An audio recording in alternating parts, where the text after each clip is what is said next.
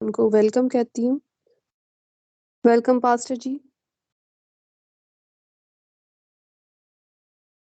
बहुत बहुत शुक्रिया बेटा। खुदावंद आपको कसरत से बरकत अता करे। मेरी तरफ से और मेरे घराने की तरफ से आप सबकी खिदमत में सलाम और अदाब पेश करते हैं और खुदावंद का शुक्र करते हैं जिसने हम सबको ज़िंदगी अता की है और ख़ास तौर पर हमें ये मौका अता किया है कि हम खुदावंद के हजूर जमा होकर उसकी बंदगी कर सकें, उसके नाम को जलाल दे सकें। तमाम परस्तारों के लिए हम शुक्रगुजार हैं कि जिन्होंने अपने होंठों का नजराना हदिया जो है वो खुदावंद के हजूर शुक्रगुजारी के तौर पर गुजराना है। खुदावंद आपको बरकत अता करे। मेरे जो लास्ट टाइम हमने लास्ट सैटरडे को इंसाल की किताब और उसका 10वां बाब और मेरा ख्याल है कि उसकी 13वीं और 14वीं आयत को हमने पढ़ा था। उस पर हमने थोड़ी सी स्टडी की थी जहाँ पर लिखा है कि अक्लमंद के लबों पर हिकमत होती है। दना आदमी जो होता है वो अपने मुंह से दानिशमंदाना हिकमत भरे अल्फाज जो है जिससे दूसरों को तकवीयत मिलती है। ज़बान के बारे में हमने देखा था कि हमारी ज़बान से कैसे लफ्ज़ जो है वो सादर होते हैं। कई दफ़ा ज़बान से ऐसे लफ्ज़ निकलते हैं जो दूसरों के लिए दिल आज़ारी का सबब बनते हैं, नुकसान और मौत का सबब बनते हैं। लेकिन कुछ लोगों के मुंह से अच्छे अल्फाज निकलते हैं जो शिकस्ता दिलों को ताजगी अता करते हैं, उन्हें जिंदगी बख्शते हैं। और फिर आज हम देखेंगे 15वीं आयत को और टाइम हुआ तो हम 16वीं आयत को भी देखेंगे क्योंकि हम सिर्फ और सिर्फ 20 या 25 मिनट खुदा उनके कलाम की स्टडी जो है वो करेंगे।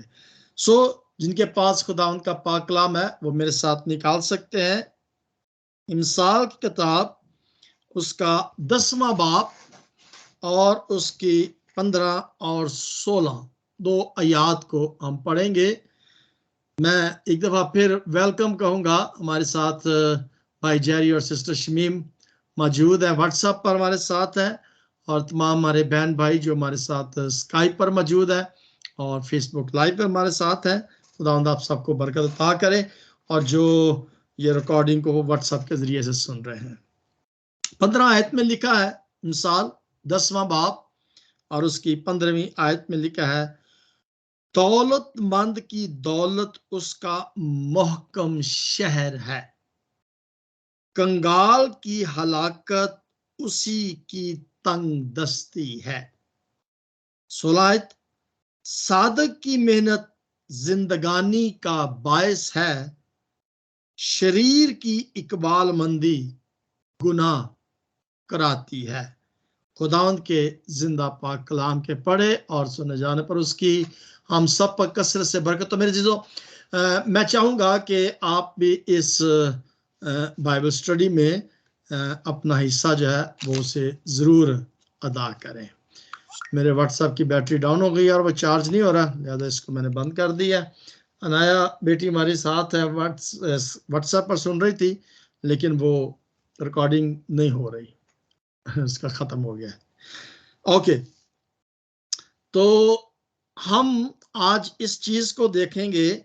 जैसे आपने देखा होगा कि मैंने फ्लायर भेजा था फेसबुक का जो ग्रुप है उसके अंदर मैं जो फ्लायर भेजा था उसका जो टाइटल दिया था, हमारा आज का जो टाइटल है वो है इल्म एक दौलत है।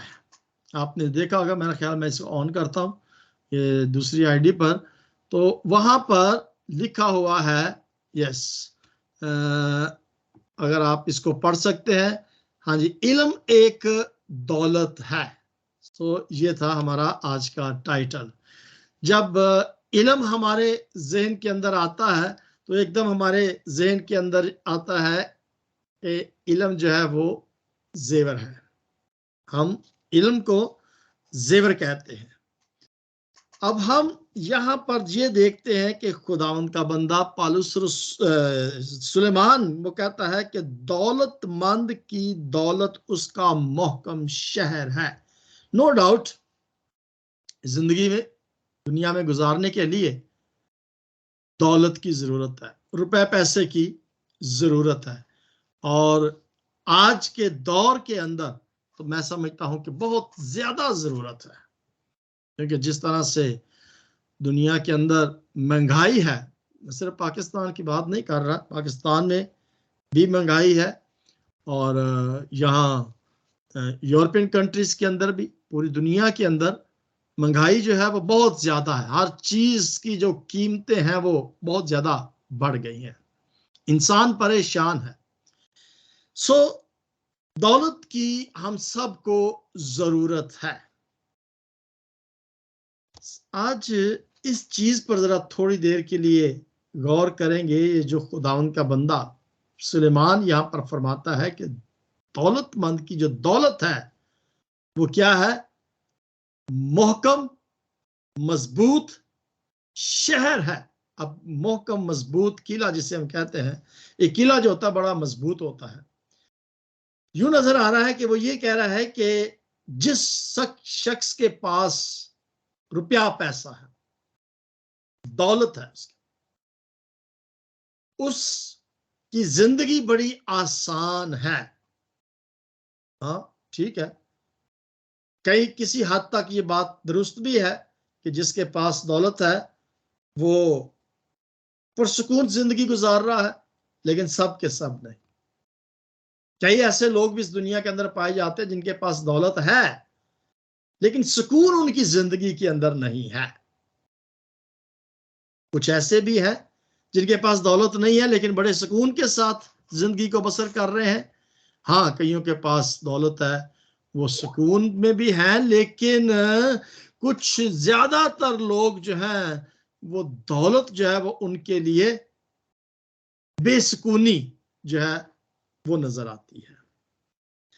अब हम खुदावंद के जिंदा पाक कलाम के मुताबिक और सुलेमान ने अपनी जिंदगी के तजर्बे के मुताबिक जो यहां पर ये लिखा है कि दौलतमंद की दौलत उसका मोहकम शहर है, कि जिस शख्स के पास दौलत है वो महफूज है या वो मजबूत है, उसकी जिंदगी जो है वो इस दुनिया में महफूज है और मजबूत है। मोहकम का मतलब होता है मजबूत। सो उसका मोहकम क्या है? शहर है, यानी कि वो जिंदगी जो है इस दुनिया के अंदर बड़ी मजबूत और अच्छी जिंदगी जो है वो बसर कर रहा है। तो ये खुदावंद का बंदा सुलेमान इसको रूहानी पहलू के साथ गौर करना चाहता है, रूहानी पहलू के साथ इसको वो देखना चाहता है। जैसे टाइटल मैंने बताया था कि इल्म जो है वो एक दौलत है, और जिसके पास दौलत है वो शख्स बड़ा मजबूत है, उस किले की तरह, उस शहर की तरह वो दौलतमंद है। लेकिन ये जो मैंने इल्म का बीच में जिक्र किया है कि इल्म जो है वो एक दौलत है, इस चीज को जरा हम थोड़ी देर के लिए देखेंगे कि किस तरह से एक शख्स अपनी पुरसुकून जिंदगी को बसर कर सकता है, दौलत उसके पास ना भी हो तो फिर भी। कोई इसका जवाब देना चाहे, मैं टेक्स्ट आपके देख सकूंगा कि किस तरह से एक शख्स पुरसुकून जिंदगी को बसर कर सकता है दौलत के बगैर भी, या कौन सी ऐसी चीज उसके पास होनी चाहिए या हो तो वो पुरसुकून जिंदगी गुजार सकता है, दौलत ना भी हो तो। कोई भी जवाब दे सकता है। आप मेरे साथ मिलकर हम सब ये आज इस आयत को सीखेंगे। मेरी मैं बात कहूँगी जी सिस्टर जी। सबसे पहले तो खुदावंद का कलाम है जिससे हमें खुदावंद का सब्र और पेशेंस हासिल होता है। पेशेंस बहुत जरूरी है हमारी लाइफ में। आई थिंक कि वो खुश रह सकता है, खुदावंद में मसरूर रहेगा तो वो राइट, खुश रहेगा, सेटिस्फाइड इसको रहना खुदावंद। बिल्कुल बिल्कुल मैं आपकी बात समझ गया हूं कि आपने जब ये लफ्ज कहा ना कि खुदावंद का कलाम अगर उसके पास है, अब ये इल्म है। खुदावंद का कलाम जो है ये एक हिकमत है, दनाई है, फहम है, विजडम है, समझ है। रूहानी तौर पर बिल्कुल आप सही बात कह रहे हैं। और अगर हम इसको दुनियावी तौर पर भी देखें तो दुनियावी तौर पर भी जिस शख्स के पास इल्म है वो भी दौलतमंद है।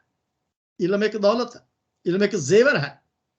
उसकी वजह यह है कि जिस शख्स के पास इल्म होता है, सबसे पहली बात, वो बड़ी दनाई और समझ के साथ अपनी जिंदगी को बसर करता है और उस इल्म के वसीला से वो दुनियावी दौलत जो है, इल्म एक दौलत है, लेकिन जो दूसरे रुपए पैसा है उसको भी वो हासिल कर सकता है अपनी उस इल्म के वसीला से।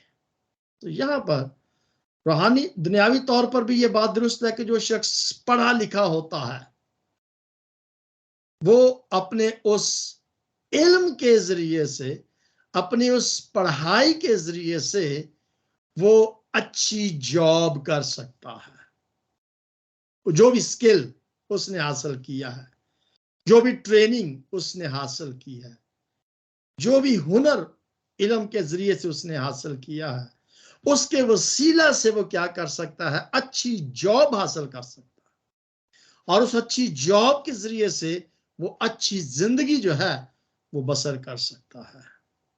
दुनियावी तौर पर यह बात दुरुस्त है, होनी चाहिए, बिल्कुल ठीक है। और जैसे मैंने कहा कि आज के दौर में खास तौर पर पैसे की बहुत ज्यादा जरूरत है।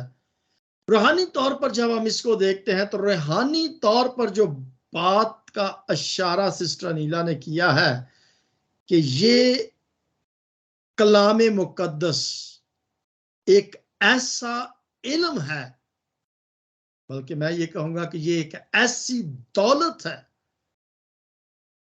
जिसके पास ये हिकमत आ जाती है, ये दनाई आ जाती है, वो इस फहम को हासिल कर लेता है तो वो अपनी जिंदगी को बड़ी दनाई के साथ इस जमीन पर गुजारेगा और पुरसुकून जिंदगी उसकी होगी, क्योंकि खुदा की हिकमत, खुदा की हदायत, उसकी रहनुमाई और उसका कलाम जब उसके पास होगा तो उसको फिर परेशानी की जरूरत नहीं होगी, क्योंकि उसमें उसको ईमान की मजबूती सीखने को मिलती है कि वो किस तरह से अपने ईमान में मजबूत रहकर खुदावंद पर भरोसा और यकीन रखकर अपनी जिंदगी को बसर करेगा। और आप यकीन जाने कि जिसका ईमान, यकीन और भरोसा खुदा पर होता है, खुदा उसकी जिंदगी की तमाम जरूरतों को जानता भी है और वक्त मुकर्रर पर पूरा भी करता है। यह तजर्बा मेरी और आपकी जिंदगी के अंदर जरूर हुआ होगा। अगर आज खुदावंद ने हमें दौलत जैसी नेमत अता की है तो ये सिर्फ और सिर्फ इस वजह से है कि हम खुदा की हिकमत, फहम, इल्म जो उसने अता किया है, जो दनाई उसने अता की है, जो समझ, जो डर और जो खौफ उसने इस कलाम मुकद्दस में से हमें दिया है, उस हदायत पर चलकर हम उस हिकमत को हासिल करते हैं और वो हिकमत हमें उस दौलत की तरफ लेकर जाती है जो एक बहुत बड़ी नेमत और बरकत है। जब 2008 की बात है, मुझे एक लेटर आया अमेरिका से कि जी फला फला इंस्टीट्यूट है और वो, ये आपने शायद सुना होगा, अगर पास्टर सर्वर हमारे साथ आज नहीं है, पास्टर सर्वर ने उस इंस्टीट्यूट में गए हैं, वो आज हमारे साथ नहीं है। हिगाई इंस्टीट्यूट, शायद पास्टर मैथ्यू ने सुना होगा। हिगाई इंस्टीट्यूट जो है उनकी तरफ से एक लेटर मुझे आया कि आप अमेरिका में, ये पता नहीं सैन डिगो जगह का नाम था जहां पर वो इंस्टीट्यूट मुनक्कद होनी थी।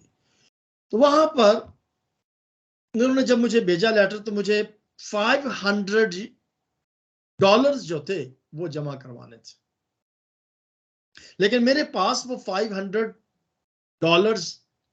जमा करवाने के लिए ना थे, बल्कि किसी से मैंने कहा भी था, उधारे मांगा भी था और मुझे नहीं मिले, तो मैं वहां पर ना जा सका। इसका मतलब है कि ये यूरोस, ये डॉलर्स, ये पाउंड, ये रुपया, ये पैसा इंसान की जरूरत है, नो डाउट, बिल्कुल ये जरूरत है इस जमीन पर रहने के लिए। तो अगर मुझे मिल जाते तो मैं वहां पर जा सकता था उस इंस्टीट्यूट में पढ़ने के लिए, लेकिन खुदा की मर्जी कुछ और थी। विदाउट एनी यूरो, विदाउट जमा कराए एनी रजिस्ट्रेशन के, मैं जर्मनी में आ गया। फरवरी के महीना, ये था 2008, फरवरी के महीने के अंदर दोनों लेटर आए, और जब मैंने जर्मन वालों को ये लिखा तो उन्होंने कहा आप आके दे देना, and that was only 100 euro. सिर्फ 100 यूरो था जो रजिस्ट्रेशन मीटिंग के लिए थी, वो मैंने करवाई। अब मतलब बताने का ये है कि रुपए पैसे से हम इल्म भी हासिल करते हैं और सुकून भी हमें हासिल मिलता है, लेकिन जब हम खुदा पर भरोसा और यकीन रखते हैं तो फिर खुदा बगैर डॉलर्स के भी हमें वो सुकून, सरफराजियां, इत्मीनान और तसल्लियां अता कर सकता है। इस आयत को फिर हम पढ़ते हैं, दौलतमंद की दौलत उसका महकम शहर है। अब ये दौलत खुदा के कलाम के बारे में वो जिक्र कर रहा है कि जिस शख्स के पास खुदा के इल्म की दौलत है, वो इस कलाम की दौलत के सबब से अपनी जिंदगी को पुरसुकून इस जमीन पर बगैर डर और खौफ के गुजार सकता है। लेकिन उसमें मेहनत जरूर करनी पड़ती है। उस दौलत को, दुनियावी दौलत को जब हम देखते हैं तो उसको हासिल करने के लिए क्या करना पड़ता है? मेहनत करनी पड़ती है। अब इसी तरह से रूहानी दौलत, रूहानी इल्म, फहम, दनाई, हिकमत जो है, इसको हासिल करने के लिए भी मेहनत की जरूरत है। नो डाउट हमारा खुदा जो है वो अपने मोहब्बत और प्यार करने वालों को किसी चीज का मोहताज, जब मोहताज का लफ्ज आता है तो हम सिर्फ और सिर्फ रुपया पैसे की मोहताजी समझते हैं। ये रुपया पैसा के अलावा खुदा के इल्म की दौलत भी है। दौलत जो टाइटल दिया है, ये इल्म कलाम मुकद्दस का है। अब कलाम मुकद्दस की हिकमत, दनाई, फहम को हासिल करने के लिए बहुत सारी कुर्बानियां देनी पड़ती है, मेहनत करनी पड़ती है। उस इल्म को हासिल करने के लिए बहुत सारी सैक्रिफाइस करनी पड़ती है। फिर खुदा वो हिकमत को दनाई देता है, वो इल्म हमें अता करता है। तो अगर हम कहें कि जी चलो जी ठीक है जी, बाइबल कच्छे मार लिए तो चलो जी हमें इल्म मिल गया, तो विजिट करनी शुरू कर दी और शुक्रगुजारियां, चंदे इकट्ठे करने शुरू कर दिए, तो ऐसे नहीं होता। खुदा के कलाम की हिकमत और दौलत को भी हासिल करने के लिए हमें दिन रात मेहनत करनी पड़ती है, उसको पढ़ना पड़ता है। मुझे नहीं पता कि हम कलाम मुकद्दस की स्टडी के लिए डेली कितना वक्त, कितने घंटे सर्व करते हैं। मैं अपनी बात तो खैर बता सकता हूं, लेकिन मैं आपके बारे में नहीं जानता, लेकिन आप अपने बारे में जरूर जानते हैं। लेकिन खुदा का कलाम हमें यह बताता है कि हमें मेहनत करनी पड़ती है इस इल्म को भी हासिल करने के लिए। लेकिन जो मेहनत नहीं करता, उसके अगला हिस्सा जो है ना, 15वीं आयत का वहां पे लिखा है, कंगाल की हलाकत उसकी तंग दस्ती है। जो शख्स, पास्टर सरवर हमारे साथ आ गए हैं, जो शख्स कंगाल होता है, गरीब कह ले, जिसके पास दौलत नहीं है, दोनों चीजों को सोचिएगा, रूहानी दौलत भी और दुनियावी दौलत भी। जिस शख्स के पास दुनियावी दौलत नहीं है वो कंगाल है और उसकी जिंदगी जो है वो तंग दस्ती की है।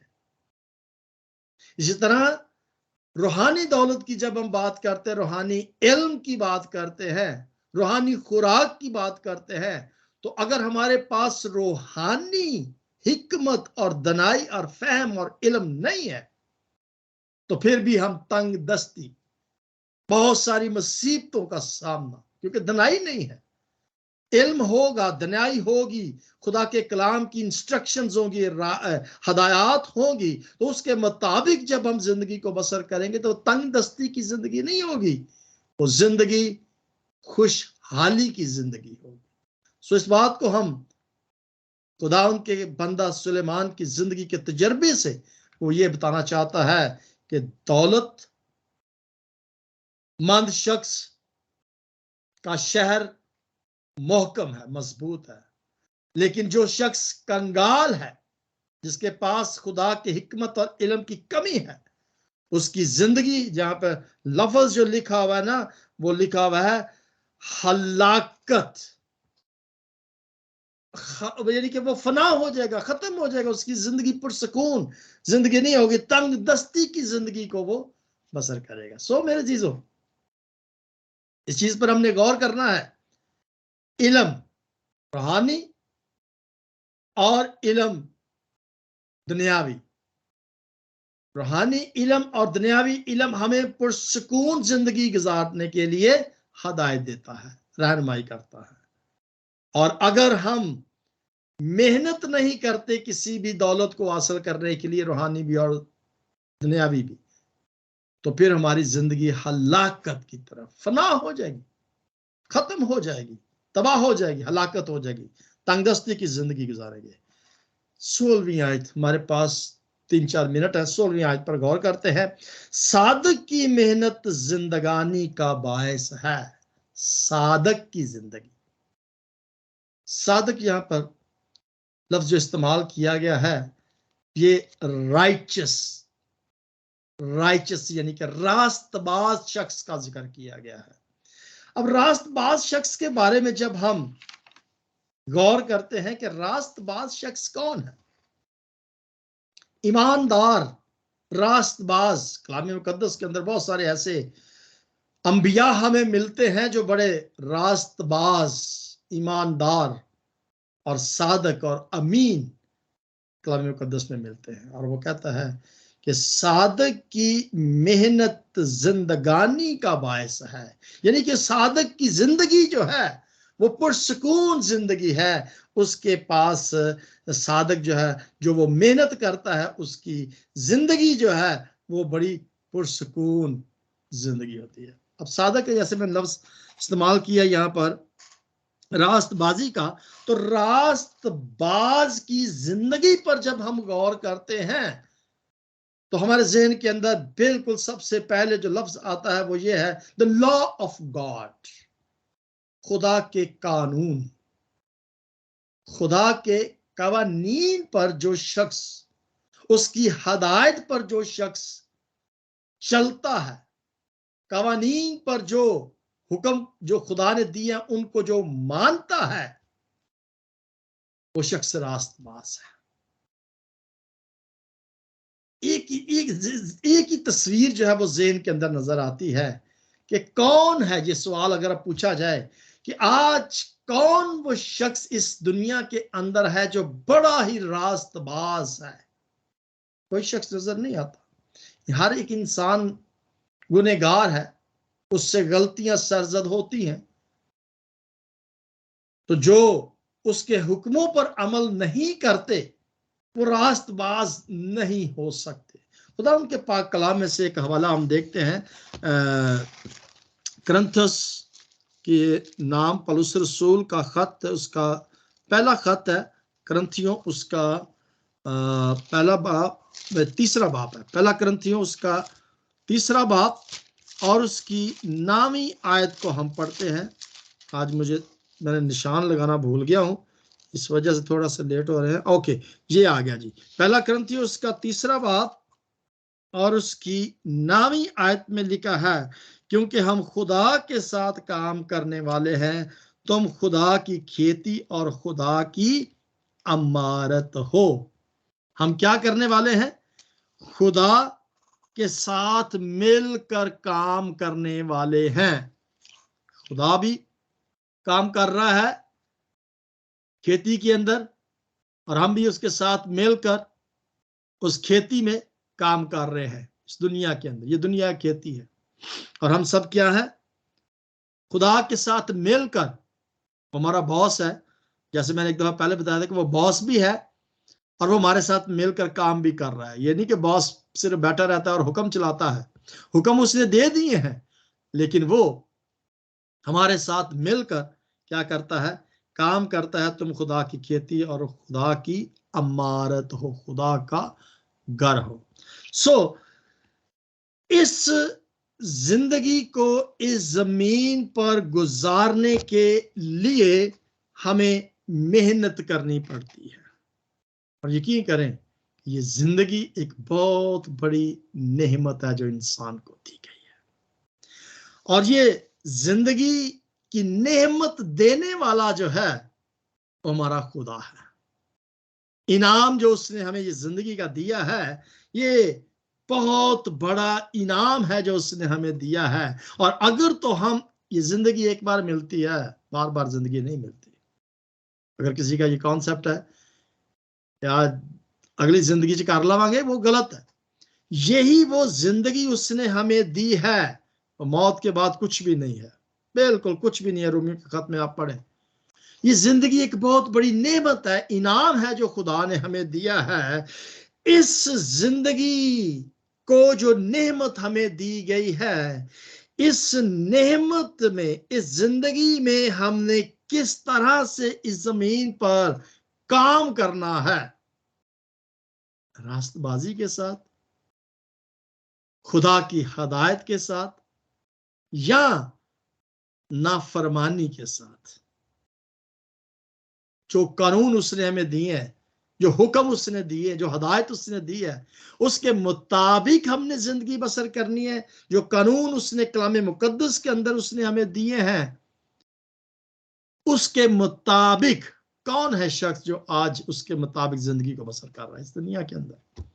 कोई ऐसा शख्स नजर आता है जिसने कभी, यानी कानून जो उसने दिए इसलिए है कि हम गुनाह ना करें।